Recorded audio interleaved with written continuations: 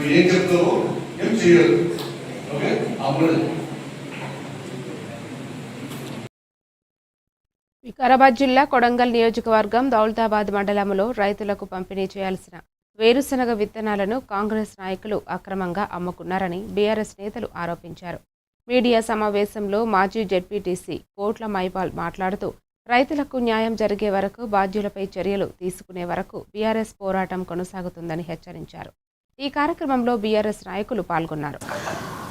దౌలతాబాద్ మండల్లో మొన్న ఒక 3 months బిఫోర్ గోకా పసలాబాద్ అదేవిధంగా తిమ్మారెడ్డిపల్లె గ్రామానికి ఫ్రీ విత్తనాల సబ్సిడీ వేరుశెనగ ఫ్రీ సబ్సిడీ వచ్చినటువంటి వేరుశెనగను ఇక్కడున్న మండల ఏవో లావణ్య గారు కావచ్చు, అదేవిధంగా కొడంగల్ ఏడి కావచ్చు, డిస్టిక్ అయినటువంటి డిఓ డిస్టిక్ అగ్రికల్చర్ ఆఫీసర్ ఆధ్వర్యంలో మొత్తము పల్లి విత్తనాలు ఎక్కడికి పోయినాయో అర్థమైతలేదు.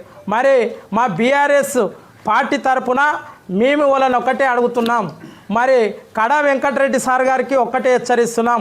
కడా వెంకటరెడ్డి సార్, మీరు మా దౌలతాబాద్ మండలంలో 2 విలేజ్కి వచ్చినటువంటి 1000 క్వింటాలు ఉన్న మరి వేరుశెనగ ఎక్కడ పోయింది? ఒక 7 months ఉన్న ప్రెగ్నెంట్ అమ్మాయిని సస్పెండ్ చేసి ఇంటికి పంపేయడం జరిగింది.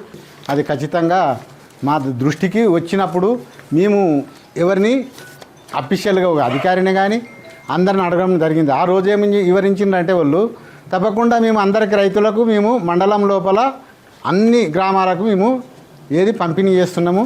దాంట్లో భాగంగానే మాకు వచ్చిన సమాచార ప్రకారంగా, ఎందుకంటే ఎవిడెన్స్ మొత్తం నిన్నటి వరకు మేము ఎందుకంటే ఓపిక పట్టినాము, అవు పంపిణీ చేయలేని ఏది 2 గ్రామాలకు వాళ్ళ పేర్లు లిస్టుతో సహా మా దగ్గర దాట ఉంది కాబట్టి